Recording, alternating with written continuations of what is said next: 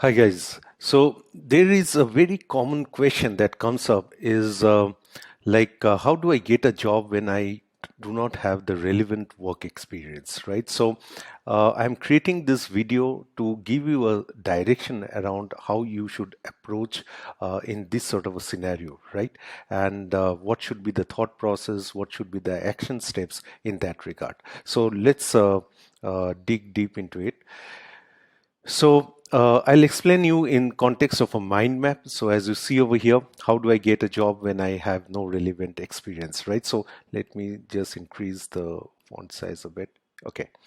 So first of all, let us understand what does relevant job experience mean in the first place, right? So uh, maybe somewhere it is said 2 to 4 years of relevant experience required, right? This is how it is generally placed across in the job descriptions or stuff like that.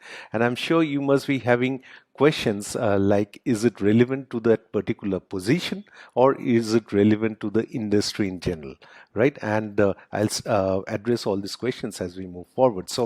Uh, so the basic perspective on which this discussion is going to happen is from this context which I just mentioned.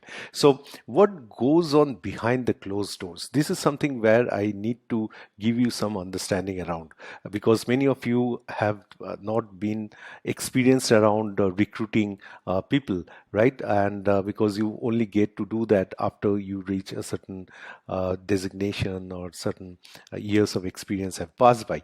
But you need to understand what really is the thought process that flows in the minds of the recruiter when they are actually mentioning about this in any of the requirements, right? So the first thing is credential and qualification do matter for some industries, but in many cases they are extremely negotiable. So we need to understand and keep this perspective in mind that though people do mention around certain credentials and qualifications, but in many industries and in many companies, they are extremely negotiable on that. So if you are getting to read in some place that they are looking for this many years of experience or this level of qualifications, don't stop yourself from sending the resume, because you do not know, they would may be open to negotiations around that, right? So companies are sometimes get over 100 applications for a single position, so they need to have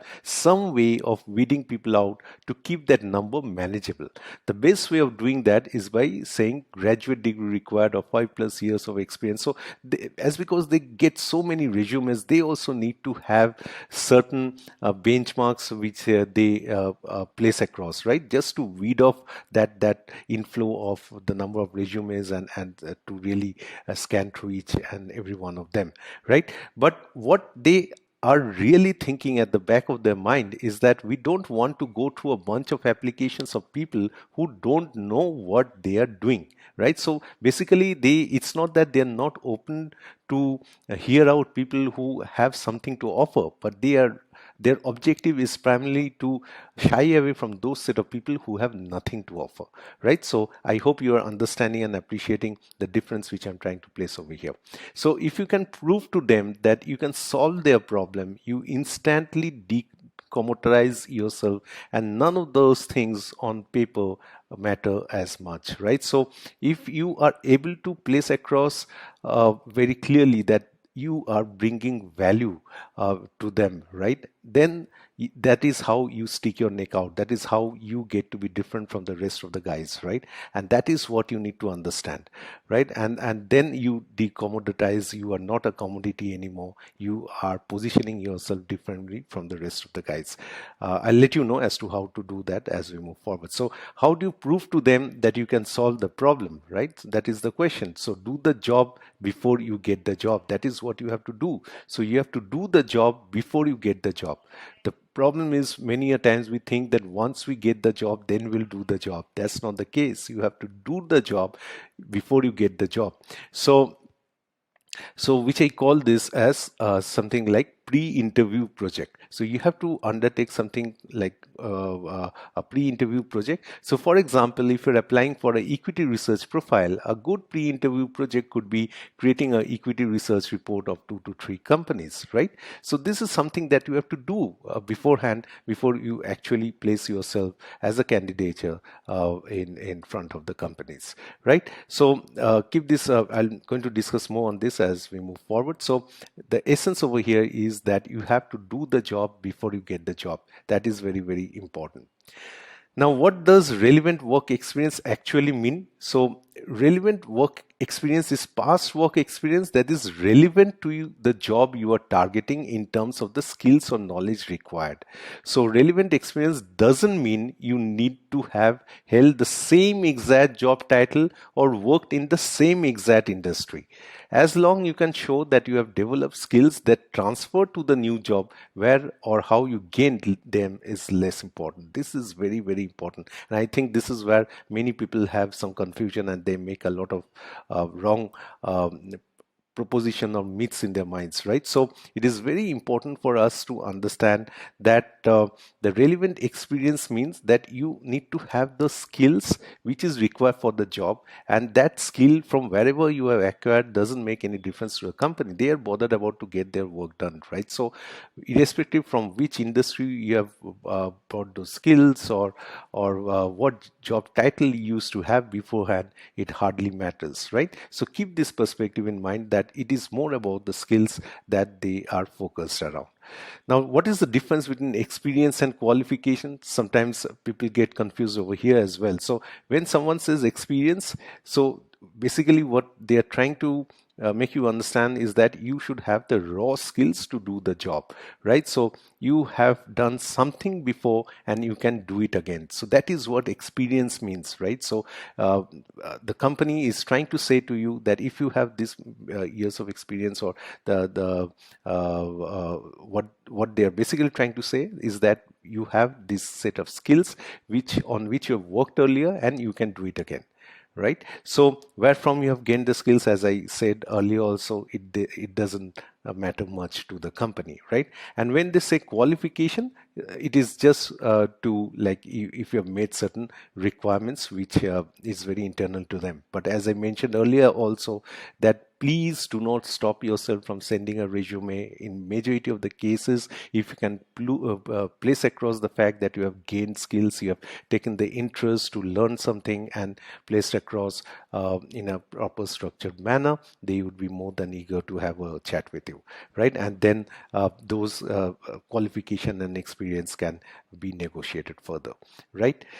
So why you don't have to meet all the job requirements? So please understand that whenever a job description is created by an organization and it is placed across to the candidate, or it is floated across in different places, so they create it based on a fictitious persona of the perfect employee. So obviously everyone is looking for that perfect employee, and they is so see a getting a perfect employee is a fictitious character, right? So you can ask for everything.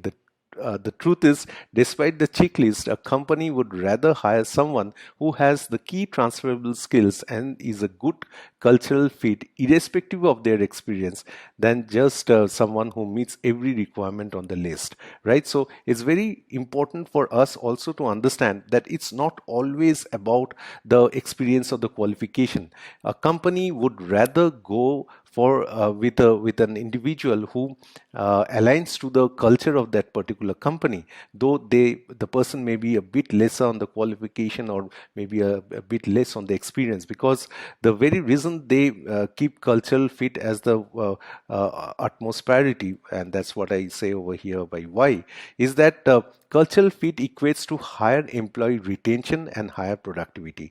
And employees who match the company goals will want to work for that company for longer and work more efficiently. And happy employees are good employees. So every company is looking to have someone in their organization who first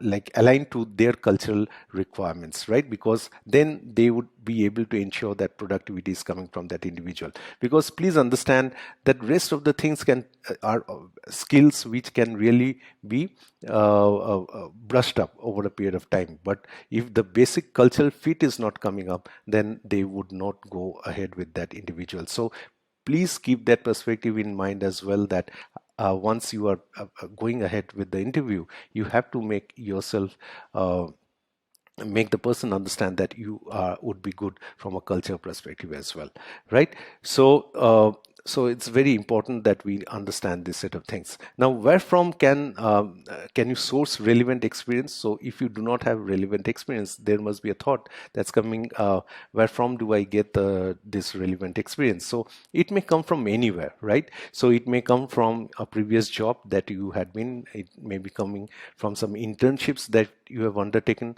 it may be coming from some practical skill-based programs. Sorry, there's a mistake. Yeah, practical skill-based programs that you have undertaken. It may be through some volunteering program that you have undertaken, some freelance work that you have undertaken, or some academic projects that you have undertaken, right? So it may come from anywhere. So basically, recruiters want to find the perfect applicant, the one who will perform the job at the best, right? So that is where their focus lies. Now, how do you identify what kind of relevant experience the hiring manager is looking for, right? That is something you need to understand. So how you should go about for that? So first of all, you should make a list by studying the job description. So whenever a job description comes in front of you, you need to understand and read through the job description to better appreciate what it's trying to say. So job descriptions are essentially a wish list. Please uh, uh, note on this that it's a wish list, which I have spoken about a few minutes earlier as well. So it's a fictitious character that they are trying to place across the perfect employee, sort of avatar that they are trying to create, right? And obviously they would like to get an individual who is closest to that, right? So for that, you need to understand there is a wish list written by the recruiter. So they are priceless in figuring out how to describe yourself and your experience. So use a notepad or Word document to document your findings. So go through each and every line looking for the key skills, duties, or qualifications that they have described over there. Now, on that document, if you have a Word file, break it up into two sections to make two columns, with one labeled as skills and the other as duties and responsibilities. So have skills on the left hand side and duties and responsibilities on the right hand side. Make two columns of it. Insert those skills and responsibilities into your document. So whichever you get to read through that these are the skills that they're looking for, place it on the left hand side, and the responsibilities and duties that they want this individual to place across, you have to place it on the right hand side. Now you now have a list of all the core skills you need for the job and the responsibilities with which you will be tasked. This will become a list of skills and experience you want your resume to highlight. So you need to be very clear as to these are the set of skills and these are the set of responsibilities. And now when you are placing across your resume, go through your resume and identify previous learnings and experiences where you have had similar responsibilities or been required to use similar skills. Please understand, if you don't have any job experience, then whatever you have learned, like the set of programs that I provide, so if you go through my programs, you get to build those practical skills. If you go through, say, I'm taking an example, if you go through my equity research program, you know that at the end you get to understand as to how to build a equity research model or equity research report. So you have those skills built, then you can definitely mention it in your resume. And once you mention about that, then you can specifically mention that these are the skills that I have developed, right? So go through your resume and do that, and identify the previous learning, which I've always discussed about. So make a list of those jobs, the duties you performed, and the skills you've used. Be sure to use the exact keywords gets to be very important, because sometimes your resume is from a series of resumes which a company may be getting. Your resume may be taken through some artificial intelligence structure, right, where they would be selecting your resume basis the keywords that you have placed over there. So please ensure that you have placed those exact keywords from the job description in your job list. That is how you should go about for this. Then look through your work history to find similarities. So like go through your list and try to find examples from your work history, learnings, experiences that require those key skills and responsibilities earlier, right?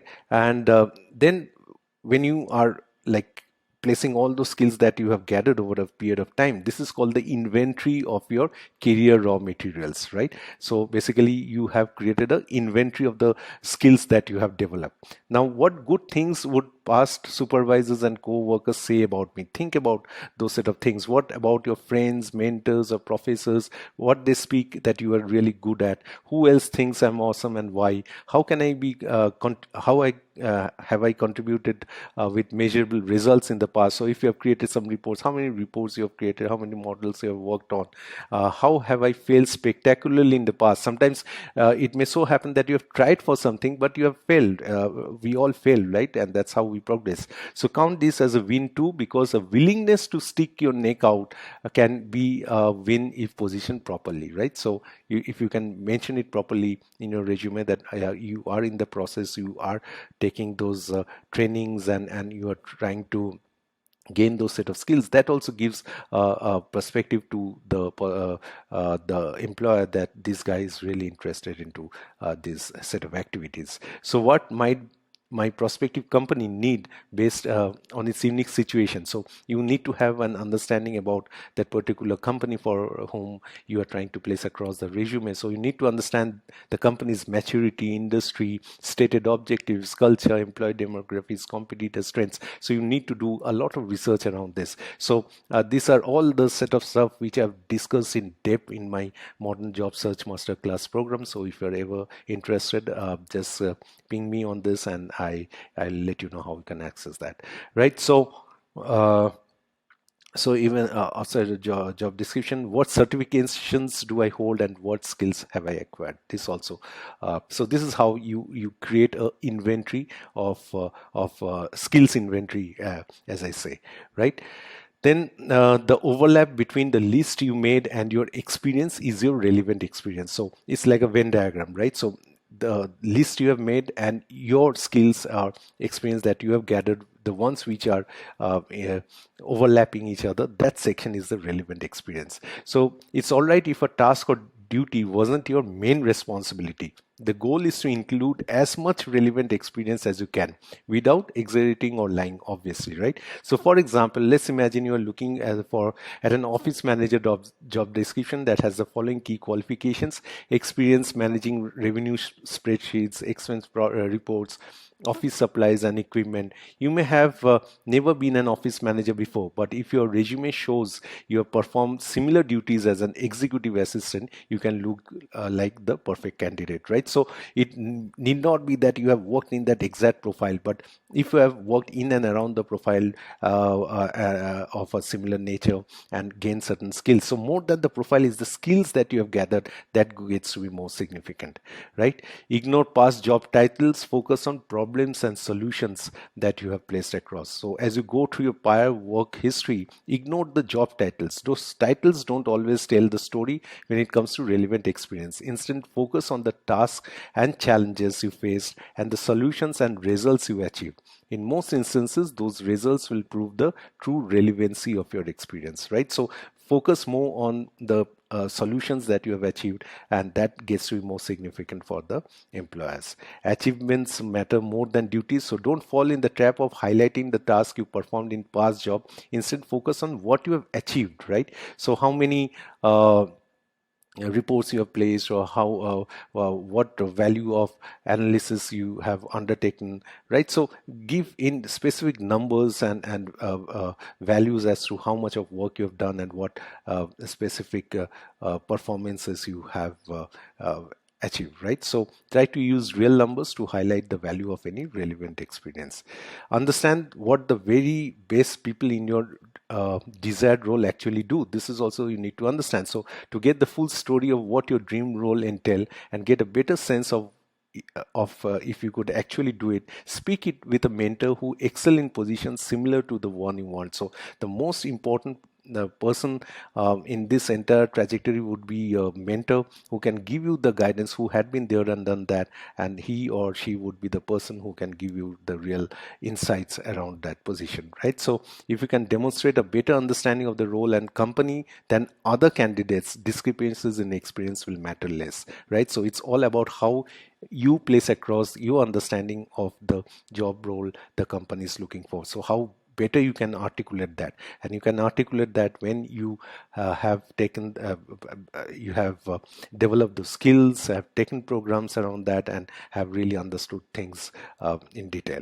So I'd rather hire a comparatively less experienced person who really gets it more than a more experienced candidate who doesn't, right? That is how the recruiters think. And then finally, tailor your resume. So finally, customize your resume to include all the relevant experience you have just identified. Even jobs with relatively different responsibilities can have transferable skills. For example, let's say a job description asks for experience in Bloomberg platform. Now, even if you have never opened that platform before, you could mention some other platforms on which you might have worked, say Reuters, right? So it's not always that you must have worked in in the same platform. You may have worked on other platforms. So take references of that and mention it in your resume. So what I'm trying to say is that don't be very strict on yourself on the fact that you have to have those experiences and job titles and then only you can apply. It's not the case. That's the myth which I'm trying to break, right? And you can definitely gather skills from different sources and place it across and send it across to the companies. It's all about how passionate you are for that profile and how much of an in-depth understanding that you have developed in yourself. That is going to make the difference, right? That is what the recruiters are looking into. So if you had soft skills or some technical skills that could be transferred over to your desired position, note them under a separate list. They can be included in a separate section like other skills or special skills or something like that. Omit irrelevant experience if the experiences are not relevant to that job profile. Please don't mention those. And the other thing is, quality is always important than the quantity. So avoid the temptation to stretch the definition of relevancy just to pad your resume. Employers care more about the quality of your relevant experience than the quantity. And remember, their goal is to ensure that you have the knowledge and skills needed to fill the position. For most employers, it won't matter where you have gained the skill from. This is very, very important, right? Now, understand how many years of relevant experience do you have, right? So to find out how many years of relevant experience you have, ask yourself, how is your previous experience relevant to this role, right? Which I have touched it before as well. So add up all the years where you have worked in a similar role or use skills that are similar to the listed jobs and responsibilities. So as I'm mentioning a number of times, it may not be work experience. It may be some skills that you have developed through some programs, some projects that you have undertaken. That also is considered. So that will give you a rough estimate. Don't embellish a number too much or you'll be faced with some awkward questions during the interview.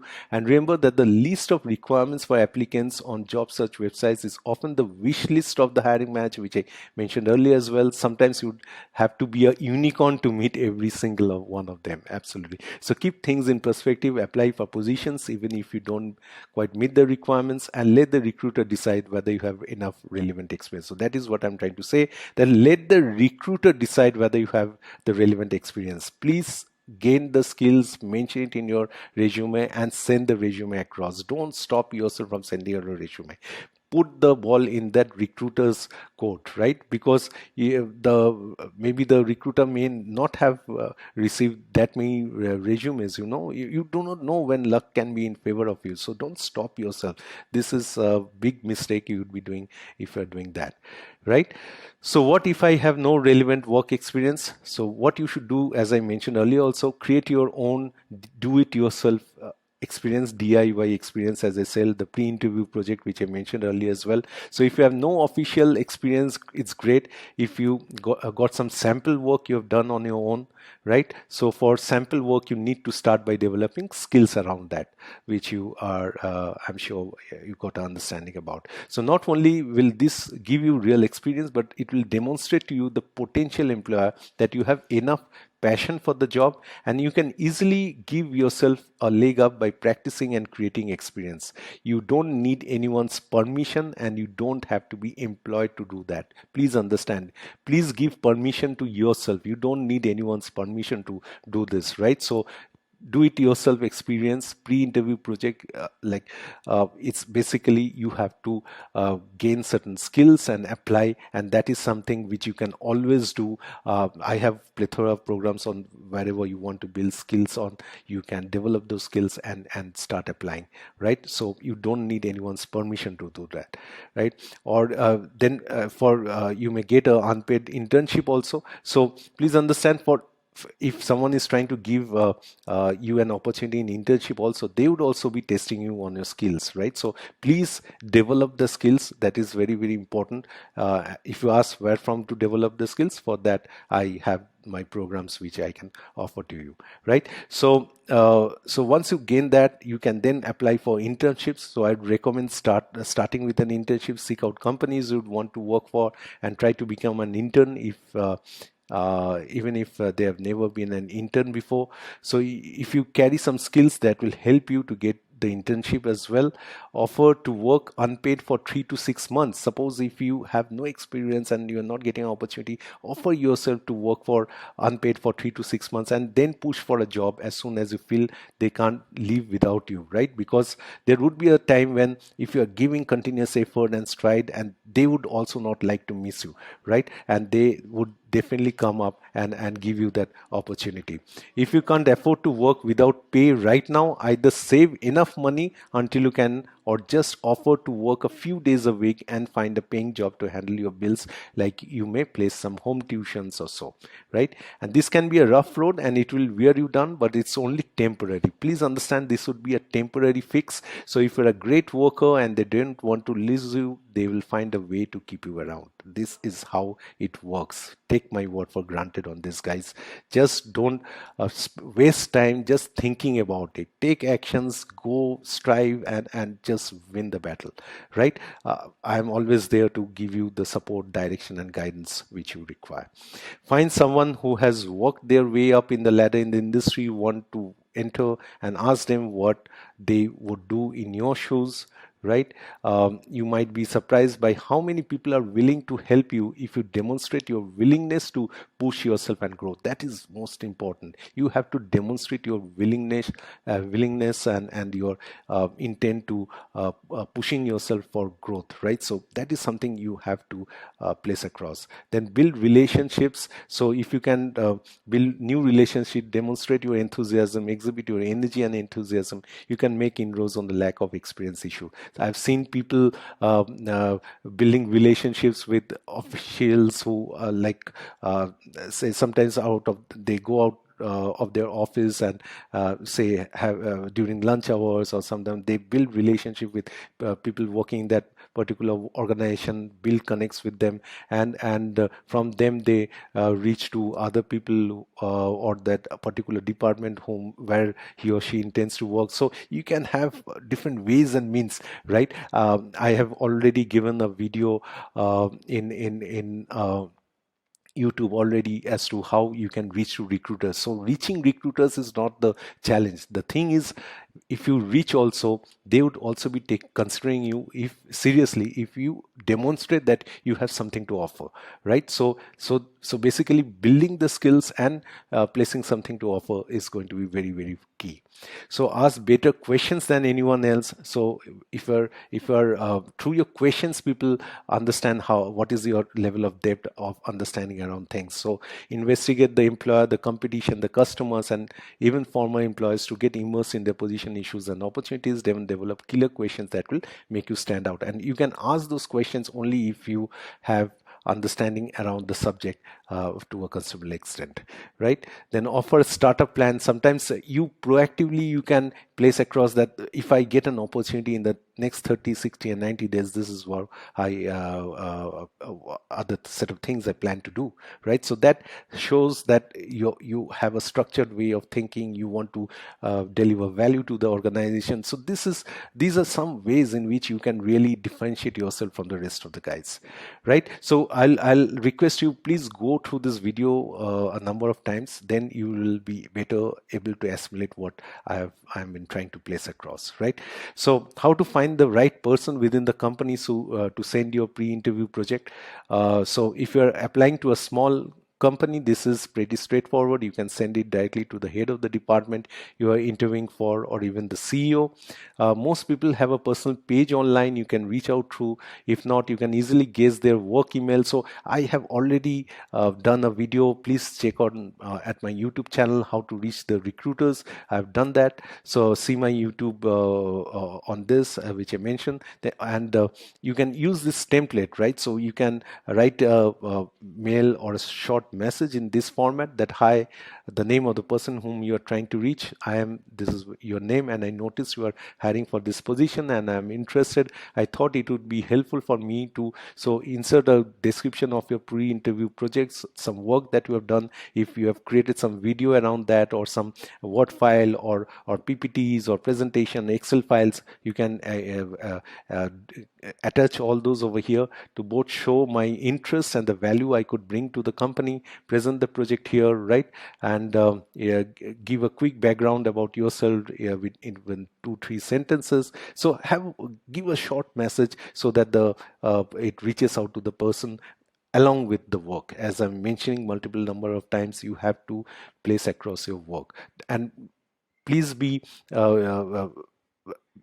understand this fact that progress is more important than perfection. So please don't think that you are going to send the work when everything is perfect, right? So please don't wait for that. To the extent you can possibly do within a constraint of time, set a time frame for yourself within which you do the work, and to your best of your abilities, with all your passion and excitement, you get the work done, and to whatever you have done, you send it across. And you can always say that this is what I could do within the constraint of time and my abilities, and given an opportunity, I would surely be eager to develop on that, and I'm sure you can help me on that, right? So this is how you should position yourself. Suppose you know with whom you are getting interviewed, then you can write it in this manner. This is quite self-explanatory. Just you can go to this video again, take a snapshot of print screen of this, and you can take reference of this. So please understand, it's just human behavior. People want their problem solved, and they are much more likely to hire someone who is already working on solving them than someone who might solve them, right? So this is very, very important. Now there's a 5-step process. Focus on what you have to offer, right? So think of the qualifications as a wish list rather than set in stone requirements, which I'm repeating a number of times. Instead of focusing on your shortcomings, direct your attention to what you can walk into the office with and deliver on day one, and how your former work or volunteer experience or skills that you have acquired could apply to the requirements. Even if you don't have the exact number of years of experience the company is looking for, emphasize your skills and your ability to perform the job. If you have specific achievements or awards you have gained in these positions, highlight them in your resume and cover letter. When you are writing your resume, make sure you put the keywords. Customize your resume for the job by using all the biggest keywords that actually apply to your qualifications without embellishing. When you are interviewing for a new job, always project confidence in your abilities without becoming arrogant. The interviewer will always remember the job seeker who believes in herself and her abilities. Remember that everyone has to get experience somehow, and it usually involves selling yourself and your potential. So you have to sell yourself, and please be ready to do that. So if you feel unqualified for a position, chances are you are missing some hard skills, right? So in that case, maybe you need to stress more on your soft skills, your winning personality, excellent written and verbal communication skills, and ability to stay cool while interviewing will all work to your advantage as a job seeker. So these are certain things which you need to keep in mind. Use your cover letter to place across as to why you are good fit. Sometimes I see people only sending the resumes, but there is no cover letter along with. But cover letter gets to be very, very significant. So your cover letter could be your secret weapon in snagging a job you are underqualified for. If you don't meet every single requirement but feel confident that you could be a good fit, make sure to clearly show your enthusiasm in your cover letter to the employer. Emphasize the skills that you do have and mention are the strengths that could help you succeed in this position in a unique and positive way. Taking the time to personalize every cover letter you submit could make all the difference in getting picked on a job or not, right? So I've discussed everything as to how to frame cover letters and all in my modern job search masterclass program. If you're interested, let me know on that. Ensure that you go on building skills and not just acquiring qualifications, as you won't get time to develop skills just before the interview, right? So please ensure that you are building those skills. If you are presently pursuing your studies, do that along with your studies, because suddenly when the interview would come up, then you won't get the time to build the skills. In many cases, just showing employers that you have actively learning a skill needed for the job is enough to make a good impression on them. So get to work, right? So if you are just working on a skill, though you have not developed enough of that, or you are not through it 100%, that's also fine. Sometimes the fact that you have taken the stride and gaining skills and working towards that itself also make a lot of difference in the thoughts of the recruiter. And get someone to recommend you. So getting someone on the inside to vouch for your skills and experience could help land you an interview, even if you're lacking some of the job requirements. As I was mentioning, that I've seen people building relationships with people during lunch hours and all. You go like in many organizations, people come down outside and they have lunch, and during that period of time you can go into a chat with that individual and build that relationship, and request that person if that person may refer you to the right person. But for that person also to do something, that person has to be ensured of the fact that you have done something, right? So that no one wants to be a fool in front of the other person. So if you are showcasing that, yeah, you have really taken the stride, it's only that I need your assistance to get into the right person, right? So people would be eager to do that. So create an in at a particular company you are interested in working for, get your connection to endorse for the position. So if there is some sort of a recommendation coming from someone insider, that always helps, right? So professional networking is a powerful thing. So look for opportunities to connect with someone inside the company where you are trying to reach to, besides sending a job application. At the end of the day, who you can end up being more important than what you know gets to be very, very significant. I've discussed all these things in detail in the modern job search masterclass program. So if you're interested, because these are certain tactics and strategies which in today's job world one needs to really make best use of, right? Emphasize about the fact that you are excited about the opportunity. Overall, if you can show that you are a great person to work with, they'll be more willing to work with you, right? So these are certain things which gets to be very, very important. And when you are drafting your resume, highlight the relevant skills on your resume. So the required skills on a job posting are what hiring managers really want to see in applicant's resume. This means that you should focus on including the skills and experience that are listed on the posting. You can and should include your other major responsibilities and accomplishment from past jobs as well, but prioritize the ones they're looking for by putting them first and keeping them when you need to cut out items to save space, right? So it's very important that highlight those things which they are looking for rather than what you think is important, right? This is very, very important when you're drafting your resume.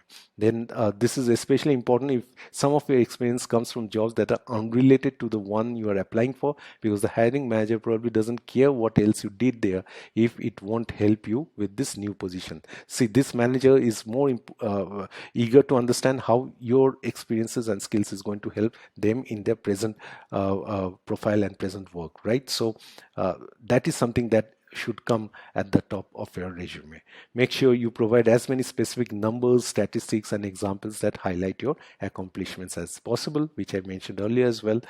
Match the specifics on the job description. Tailor your resume so that it matches the wording on the job description so that hiring managers can easily find what they're looking for. This will also help you get your resume through automatic screening programs. In today's world, you have the automatic screening programs, which I mentioned. That's why the significance of keywords. Go through the list of desired qualifications and make sure that you hit everyone that you can and that you use the same wording they did, which I mentioned earlier also. And even if this means you list 8 jobs with 2 bullet points apiece, if you can show that you meet all of the requirements on the job posting, it'll give yourself a better chance of landing an interview. And you may need to cut out irrelevant experience to make room for all this, right? So these are a few pointers which you should keep in mind. And finally, paint a picture of what you are going to bring in the table. One of the best practice to sell yourself is in the cover letter, which I mentioned earlier. You can paint a picture of how your past experience has prepared you for this new role more easily here than you sometimes can in a resume, right? So there's a significance of cover letter. When you're preparing to write your cover letter, put together a list of anecdotes that demonstrate how you have learned and used the skills they're looking for. For example, if the position you're applying for requires customer service skills, tell them about the time that you come, the fears of nervous parents when they've dropped off their kids in the summer camp where you worked, or talk about your handle requests from other departments. This is just to give you an example, right? So it may not be a direct experience or skill that you've gathered, but whatever you've done from wherever you have gained certain skills that you have to place across. Have most of those examples ready to go for your interview as well. Always include how you have been able to teach yourself these new skills too, because this shows that you can quickly grow in areas where your experience may be lacking. This is very, very important, that how you have taught yourself, how you're self-taught. Self-education is the biggest education in today's world, right? Gone are those days when the schools and colleges used to teach us. We have to self-educate ourselves. Self-teaching is the in thing today, right? So if you are able to demonstrate that you have taken the stride, you have ensured that you have self-taught yourself to gain new skills, because in your process of work you would be requiring a lot of skills to be developed, and for that this is going to be a continuous journey for you, right? So if you are able to place that, that is going to be very, very important. And finally, please note that unrelated jobs, internships, volunteer and freelance projects can all be sources of relevant experience. So highlight your achievements and accomplishments rather than just listing the duties and responsibilities of previous positions.